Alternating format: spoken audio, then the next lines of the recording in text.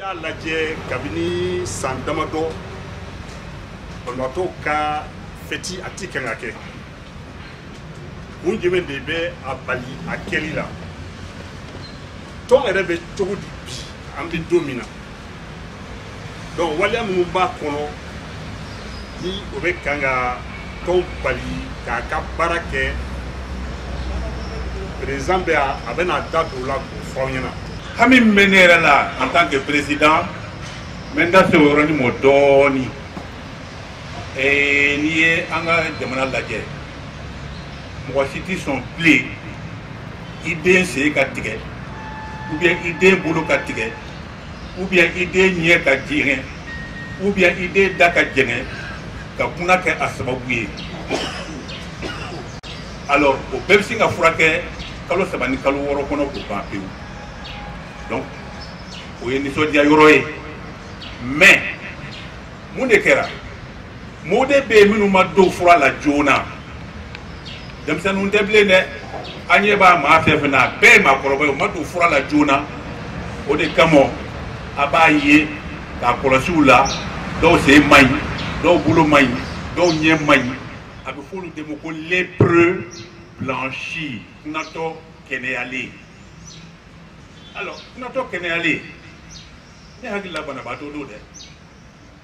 k'a sababu kɛ denbayatigi don a tɛ s'a yɛrɛ kɔrɔ sen tɛ se ka baara kɛ bolo tɛ se ka baara kɛ donc a mana fɔ k'a kɛnɛyara cogo o cogo yɔrɔ dɔw bɛ yen o ye fanbaya la o yɔrɔ kosɔn faamaw olu jɔyɔrɔba bɛ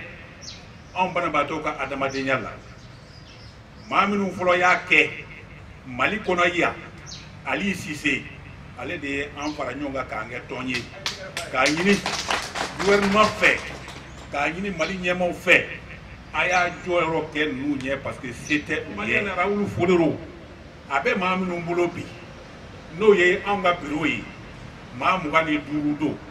bureau in sigira sariya kɔnɔ bureau in bɛ baara la sariya kɔnɔ mais mun y'a gɛlɛya mun ye gɛlɛya se an ma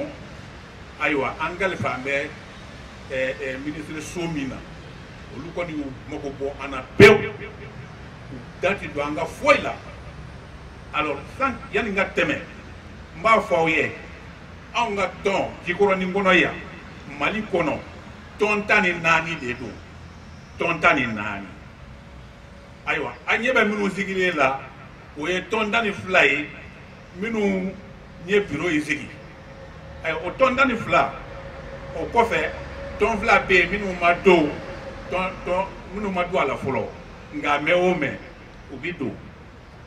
ayiwa n'o kiri kɛra n'o kuma taara ɲɛfɛ k'a bɔ anw yɛrɛ ka bolo kan ka taa n'a ye ministre ka so la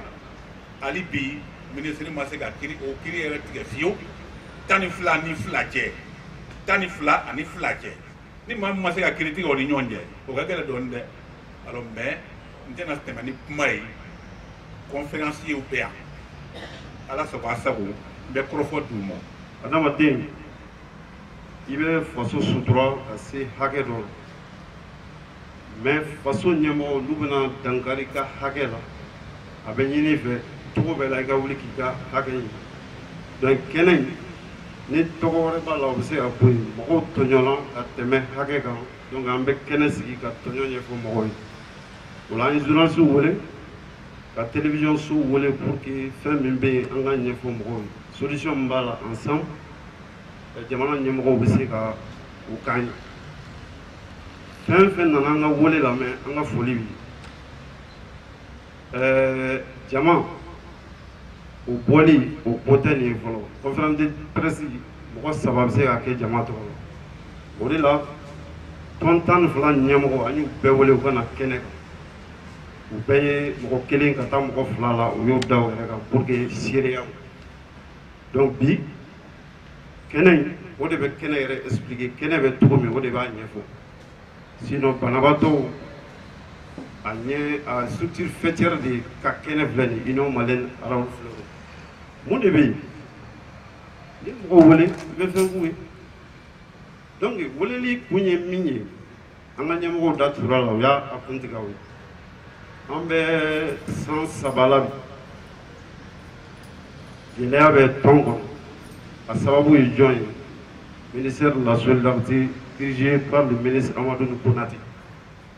ale ni a ka jɛkulu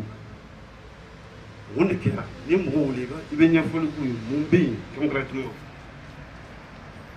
a bɛ san 14 bɔ président dɔ ye tɔn in mara Kulu Musa Traoré a ye présidenya kɛ san 14 ka bɔ 2000 la ka na 2014 la a ye mɔgɔw fara ɲɔgɔn kan a ye baara kɛ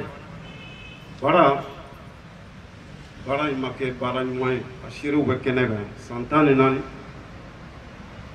bureau ka réunion tɛ kɛ comité ka réunion tɛ kɛ journée mondiale la n'a y'a organisé compte rendu tɛ ani mɔgɔ cɛ ale kɛra dan kelen ye kɛnɛ kan mɔgɔ si sen tɛ foyi la mɔgɔ si da tɛ foyi la ale de y'a bɛɛ président don trésorier général don ɲɛmɔgɔ don organisation don ale de y'a bɛɛ ye mɔgɔ si sen t'a la donc banabaatɔw nana ye an ka laɲini nin tɛ a baarabaga ye san 14 baara kɔ u ye mun kɛ u wulila ka s'an ma k'a ka conférence k'a ka assemblée générale organisée banabaa bɛɛ tɔgɔ la a y'u jaabi tɔn ye tɔn 14 ye aw tɔn 5 de bɛ ne ɲɛkɔrɔ aw tɛ se ka conférence an est obligé ka assemblée générale kɛ donc u tora ka fara ɲɔgɔn kan dɔɔni dɔɔni ka bɔ tɔn 5 la ka na fɔ tɔn 12 la k'a ka assemblée organisée a ko hali bi n ma sɔn aw tɛ se ka ne wuli n'a ko k'aw bɛ n wuli n b'aw ka tɔn ci 2 ye k'an kɔ ka banabaatɔ tɔn ka tila 2 ne b'o kɛ an ko jamana ye état de droit de an b'a fɔ cogo min an de y'i sigi an ko i ka wuli i ko i tɛ wuli ayiwa donc an bɛ taa ni sariya sira donc pétition kɛra k'a dabila a ye pétition rejeté an wulila a ka an kɔfɛ ka assemblée organisée an taara ministère de la solidarité la ka taa ɲɛfɔli k'u ye aw mun y'an ka ministère du tutelle gɛlɛya bɛ an ka tɔn kɔnɔ an b'a fɛ ka assemblée organisée u ko olu tɛ anw ka assemblée organisée baga ye an yɛrɛ de b'a organisé an ka taa budget dilan ka na u b'a financé an ye budget dilan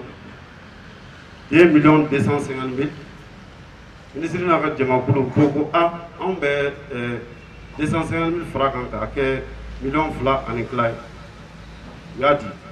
dira jɔn ma le président sortant Kulu Musa Traoré kuma la teliya u ye assemblée générale organisée les 14 et 15 novembre 2015 an ye ɲɔgɔn sɔrɔ maison des aînés a don na tɔn 14 tɔn 2 bɛ salle kɔnɔ tɔn 12 olu jɔlen don kɛnɛ ma ka bɔ sɔgɔma fɔ 17 heures donc an tor'o de cadre kɔnɔ ministre nana sɔrɔ min bɛ kɛnɛ kan nin tɛ kɛnɛ taabolo ye an ka mɔgɔ dɔ kumana fɛ le membre fondateur Umaru Kulubali o taara kuma ministre ye k'a fɔ le ministre Konate fɛn dɔ kɛra anw na o tɛ fɛn kɛta ye an ka mɔgɔw filɛ kɛnɛ ma tɔn 2 mɔgɔw olu bɛ ka assemblée générale kɛ ministre ko ko nin tɛ ko bɛnta ye dɛ a ye sariya d'u ma u ka ladon u y'an ladon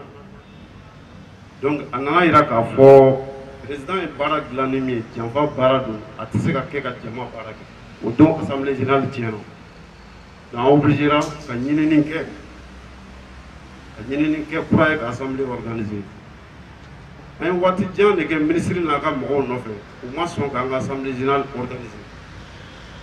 an ko an tun ye sira bila a ka kan an ka segin ka na an ka sira normal la statut règlement tɔn ka taabolo la o de bɛ assemblée organisée cogo ɲɛfɔ an ye o ye mun fɔ ko ni président banna organisation ni gɛlɛya donna assemblée générale organisée la mɔgɔ dɔ sababu la article 17 qui dit que mɔgɔ sigiyɔrɔma 3 ni 2 sɔnna k'a fɔ k'a bɛ kɛ a b'a ka assemblée générale organisée an y'a organisé vers le 13 décembre 2015 2014 an ye assemblée organisée ka bureau ka président kura sigi n'o 2 ɲɛkɔrɔ le président Labas Fane o kɛra tɔn 12 ka yamaruya kɔnɔ ton tan ni nan ni au pourcentage ta o be 85,17%. O va ira président Fane mi fla ke awnyegro ale sigi to ka ni président de la République ta parce que président de la République o sigira ni 77%. Donc nan boro la anye sera tamake parce que fɛn o fɛn n'i b'a kɛ kɛlɛjalan tɛ foyi ye jamana sariya jamana don an wulila ka se Bulumusa ma passation de service mais kuma fɛn fɛn na a document bɛɛ b'an bolo kɛnɛ kan an b'a di journaliste an ye passation de service ɲini a fɛ récépissé sɔrɔlen kɔfɛ le 25 février 2015 u ye récépissé d'an ma o kɔfɛ an ye passation de service ɲini a fɛ ka bɛn le 2 mars 2015 passation de service la a y'an jaabi a ko anw tɛ se k'ale yamaruya ka passation kɛ passation tɛ tile kelen ko ye an ka temps d'a ma a k'a ka passation organiser an ko service passation an bɛɛ bɛ dɔɔni ɲɛ dɔn a la i b'a organiser waati kɔnɔ waati min ni degun t'a la mais nin bɛɛ kɔfɛ an nana ye a bolila ka taa ministre fɛ yen solidarité la Konate le 2 o tile binnen ka fitiri seli ministre ye mɔgɔ caman FEMA président Mokhtar Ba ka mɔgɔ caman k'a fɔ o n'a ka délégation aw ye passation min ɲini Bulumusa fɛ passation tɛ se ka kɛ sisan parce que nin bɛ cogo min an bɛ tile min na sisan anw bɛ baara dɔ la a ka service la a bɛ f'o ma ko contrôle d'état ni contrôle d'état ma ban a ka passation tɛ se ka kɛ o kɛnɛ kan an ye mɔgɔya kɛnɛ kan min bɛ banabaatɔ bɛɛ représenté ministère la Mumu Jara o tun bɛ délégation na an y'a yira passation ye an tɛ se k'a dabila parce que sariya de don an y'a ɲini a bɛ kɛ le 3 n'o ye sini kuma bɔnna an ko ministre sendon ko tɛ an ka passation ye o tɛ a ka texte kɔnɔ donc le 3 sɔgɔma ala y'a kɛ an y'a décidé k'an bɛna an nana ka na passation ɲini a bolila ka t'i da ministère de la solidarité la ninnu ni buru bese jele marifa a bɛɛ b'u bolo ko k'u bɛ n faga n tɛ se ka taa passation na ministre ye mɔgɔ wele FEMA président k'o bila ka na ka policiers bila ka na ka gendarmew bila ka na ko dɔ bɛ ka kɛ yan min tɛ bɛn olu nana u y'a ye u ko an ɲɛ tɛ o yɔrɔ la donc u y'o fɔ ministre ye o donni bi cɛ le 3 mars 2015 an bɛ bureau kɔnɔ yan fo bi an ka hakɛw tigɛlen don ministre fɛ sababu jumɛn na parce que ale tun ka candidat ye Bulumusa Tarawele président sortant o baaraw o jurukun tun bɛ jɔn de bolo son chef de cabinet madame Timo Umunba ex-représentante de la fondation Harold Floro yan yɔrɔ la a bɔlen yan u y'a ta ka taa n'a ye ministère la comme chef de cabinet u nana ko an ye assemblée générale kɛ ni tɔn 12 ye olu ma sɔn sisan u b'an wele ka taa tribunal la o koɲɛ tun bɛ jɔn bolo a ka chef de cabinet madame Timo Umunba o de wulila ka taa FEMA la ka taa fɔ Mokhtar Ba ye a ye bɔ banabaatɔw ni u ka président kɔrɔ cɛ u ka taa tribunal la an ye première instance kɛ commune 4 la an ye kiiri gagné ka deuxième ka cour d'appel kɛ ka cour d'appel gagné a gɔlɔsi b'an bolo ninnu bɛɛ kɔfɛ an ye wele bila a ministre kelen ma an tun bɛ kiiri la sisan kiiri banna i bɛ an sigi an ka hakɛ kɔnɔ a ye sɛbɛn ci an ma a bɛ kɛnɛ kan yan ne tɛ se k'aw ka hakɛ lasegin aw ma parce que aw ka ko in a lajɛyalen tɛ n'a ma lajɛ an tɛ se k'aw ka hakɛ lasegin aw ma donc an ko nin bɛ cogo min n'an ma wuli k'an jɔ nin t'a ɲɛ dɛ donc an wulila an ye hakilinaw fara ɲɔgɔn kan an ka kodɔnnaba dɔ nana ye an ka wuli an ka se diinɛmɔgɔw ma an ka ɲɛfɔli k'u ye u ka médiation kɛ n'i ye sariya baara kɛ ka sariya papier bɛɛ sɔrɔ i ni fɛn min ka kan o ye k'i bila i ka hakɛ kɔnɔ mais a b'i ni min cɛ o ko hali bi ko a t'i bila i ka hakɛ kɔnɔ n ko an ka wuli an ka se diinɛmɔgɔw ma a sen fɛ an sera diinɛ cɛba dɔ ma Monseigneur Jean Gerbeau o n'a kɔrɔ bɛ ɲɔgɔn na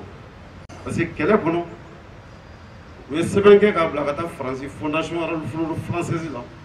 k'a yira k'a fɔ ko ninnu ka bureau sigi cogo man ɲi a y'aw ka dɛmɛ tigɛ o la an yɛrɛ y'an ka dɛmɛ tigɛ o la ministre n'a ka mɔgɔw ye donc an ye sɛbɛn kɛ ka ci o ma o ko an tɛ se ka bila an ka kɛnɛ an y'a fɔ a cogo donc fɛn min b'o cogo la a bɛ gɛlɛya an ka to nin cogo la an sera Jean Gerbeau ko aw ka gɛlɛya n y'a papier n y'a ye don min a ma tɔ foyi to ne la a y'a sɔrɔ n bɛ voyage la ci sera n ma n b'o lakana n b'a fɛ an ka sigi ka kuma an n'ale sigira ka kuma mun bɔra o la a b'o kɛlɛ de don dɔ la dɛsɛra a y'a lajɛ a ka jamana mɔgɔw wele u ka sabali k'an bila an hakɛ kɔnɔ sinon président IBK fɛn fɛn terrain kunkolo de bɛ lajɛ an y'a ta min kama o tɛ nin an y'a ta min kama o tɛ nin ne bɛ bɔ kuma la yɔrɔ a kɛra i b'a fɔ ale ye mɔgɔw ta k'u bila baara la minnu t'a ɲɛdɔn parce que ministre Konate bɛ baara min na ala minnu bɛ yan u b'a dɔn ni ne kɔni kɛra kuma lase la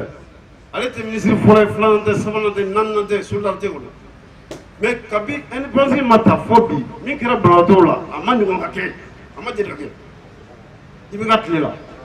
a siraw bɛ kɛnɛ kan a ye dugawu kɛ an ka jamana ye a kana to nin cogo la a ye dugawu kɛ an ka jamana ye sinon a tɛ bolo ɲuman ne ta tɛ politique kuma ye n tɛ politique tɔn na n tɛ foyi la mais gɛlɛya de bɛ tɔn kan f'an ka ɲɛfɔ donc n bɛ bɔ kuma la ni donna min na a bɛ gasi Banaba a fɔra ka radiqué la o kɔrɔ ye tubabukan na u y'a fɔ tubabukan na ko Banaba k'a banna a ma ban ale sini sɔgɔma den dɔ bɛ wolo ani bana bɛ na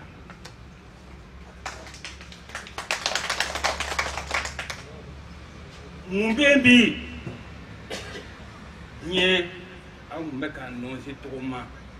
mais u bɛ ka avion de ta diɲɛ nɔfɛ bi fiyewu u ɲɛ t'anw na bilen labasi min filɛ nin ye ale de y'an ka président ye bi an bɛ ka mun kɛ fɛn mana na cogo min an b'a ɲɛfɔ i b'a dɔn an ka fédération ba n'o ye FEMA ye bi na tɔn 23 de b'a kɔnɔ o FEMA fɛnɛ ala ka hinɛ Ismaïla Konate la ka fara Ali Cissé kan anw de ye FEMA créé o fédération mɔgɔ caman tɛmɛna kan président caman taara anw yɛrɛ ka nin n'i ye Burusele yan mɔgɔ saba sababu don dɛ u ye sugu bɛɛ kɛ pour que a ka ci mais sariya ye sariya de ye tiɲɛ ye tiɲɛ de ye tiɲɛ ye tɛnɛnjɛla de ye a tɛ se ka pousser ka bɔ yen mais n bɛ n sago kɛ n b'a la bi o kɛra an ka ministre ta ye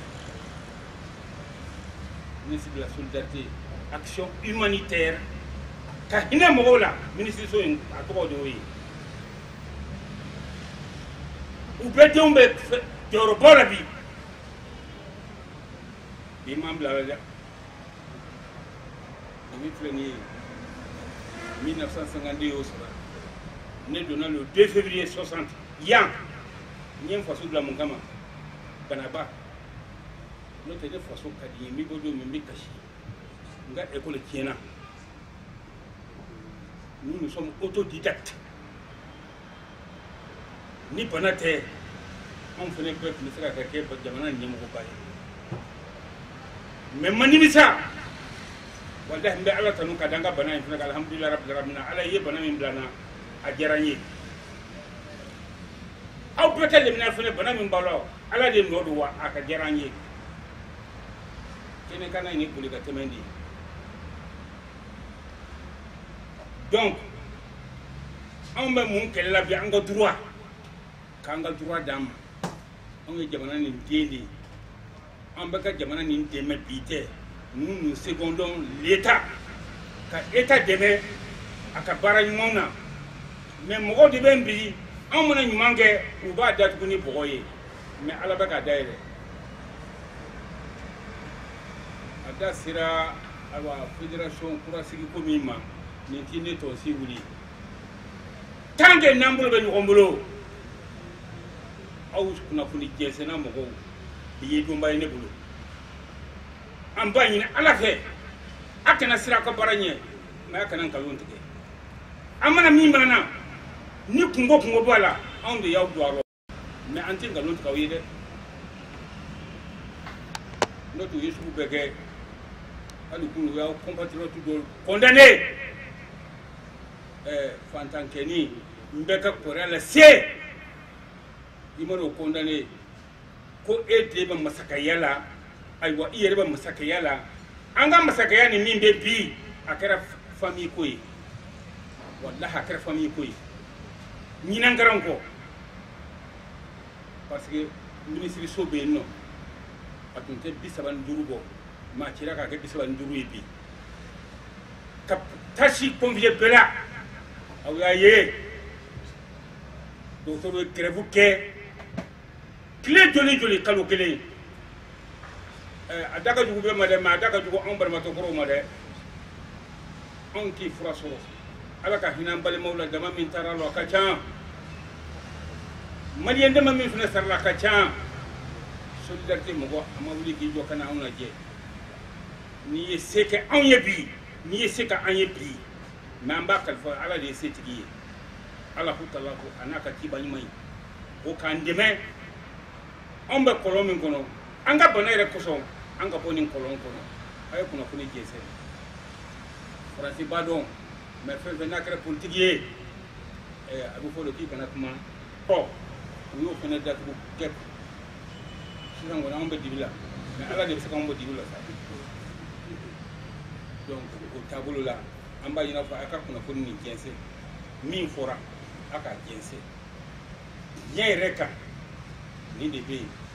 bon nin da sera yɔrɔ ma n'i y'a ye hali bi kɛlɛ nin ayiwa a bɛ ka nka tasuma bɛ ka mɛnɛ madame Timo tubabuw y'a gɛn ka bɔ yan de koyi tubabuw y'a gɛn ka bɔ yan de a ma taa retraite la dɛ u y'a gɛn ka bɔ yan de k'a ka secrétaire ta k'a sigi a nɔ la ani tubabuw ma bɛn fɔli la tubabuw de y'anw mara n'a fɔra ko olu ye maa min gɛn ministre Kuturu y'o ta ka t'o kɛ alors a ka chef de cabinet ye nin yɔrɔ gɛlɛyara dɛ wa u ye an ka Samango de tila koyi Samango 252 hectares o de tun y'anw tigi ye bɛɛ tun bɛ t'i yɛrɛ farikolo dege baara de la yen k'a so bɛɛ feere ka tila ka yafa bila ayiwa masaraw bɛ si so min kɔnɔ u y'a bɛɛ ta k'a bɛɛ feere hali u ka misiri feereli da y'o sa dɛ mais foyi ma bɔ a la fɛn tɛ bɔ a la yan koyi fo kiyama n'o tɛ u b'u sago kɛ yan nka maa kelen fatiɲɛ tɛ fanga ye mais ninnu hakili la kɔni u tɛ bɔ a la n'o tɛ n'i bɛ miiri k'i bɛ taa don dɔ i kan ka ko ɲumanni dɔ kɛ ka bila gouvernement ye dɔ kɛ o anw ka nakɔ nin min tun kan ka d'an ma handicapé min y'a sɔrɔ a kɔnɔ handicapé 100 ani handicapé 3 n'o tɛ u y'a tɔ ne bɛ kuma tɛ Kalabanbugu ma Buguba o ye bombe à retardement ye bombe à retardement très bon bombe à retardement u y'o tila papier kan pewu a titre ye jumɛn ye TF 90 ma dossier min bɛ ne bolo a kan a ka ca parcelle yɛlɛma joli yɛrɛw kɔnɔ n'u y'o tila parcelle 63 60 u y'o tila infirmier n'u yɛrɛ damaw cɛ 3 mairie y'o ta 7 k'o ye handicapé ta ye ayiwa hali sini sɔgɔma o bɛ gɔngɔn na a ma feere fɔlɔ bombe retardement don dɛ ala k'a kɛ Kalabanbugu ka ɲɛbɔ ni Kalabanbugu ɲɛbɔra a bombe a fana bɛ exploser a bɛ exploser caman bɛ ministère ni fɛnw na bi a ka ca ala fɛ olu bɛɛ nɔgɔlen don a rɔ dɛ kuma ye fɛn dɔ ye seereya don sariya don seereya don wa a TF 90 ni mairie la maa min y'a signé Samuel parti politique mɔgɔ dɔw don nka mankan b'a kɔ dɛ hali o don o la n bɔra mairie la Boubacar Marjɛ Ɲare ale de bɛ a fɛngɛ dugu la bi o ko mankan bɛ yen mankan min bɛ yen buguba don n'o tɛ y'a fanga bila Kalabanbugu ala u Seydou de don Ɲɛkala ɲinɛ Seydou de Ɲɛkala ka ci ye n'o tɛ anw ta don 19 hectares anw ta don. o si kelen na a ma banabagatɔ kelen wele tribunal la ni banabagatɔ min taara tribunal la Ali Sise de bɛ don o ni tribunal cɛ cam nana o cogo kelen na o tɛmɛn'o da kelen fɛ mais banabagatɔ ɲɛmɔgɔ min ye banabagatɔ wele tribunal la o de kɛra Gulu Musa ye ale ni bilara a ka hakɛ ɲini ka banabagatɔ ɲini k'u bila ko hakɛ la mais ale de kɛra sababu ye ka banabagatɔ wele tribunal la bi o ye n ka intervention fɔlɔ ye n'a sɔrɔla ko kɛta don jamana nin kɔnɔ Gulu Musa ye ekɔli karamɔgɔ kɔrɔ de don fɛn fɛn bɛ banabagatɔ ka hakɛ la a b'a bɛɛ kalama ɲinini kɔnɔna na an nana sɔrɔ banabagatɔ dɛmɛbaga dɔ o dɛmɛbaga dɔ tun ye Orange Mali ye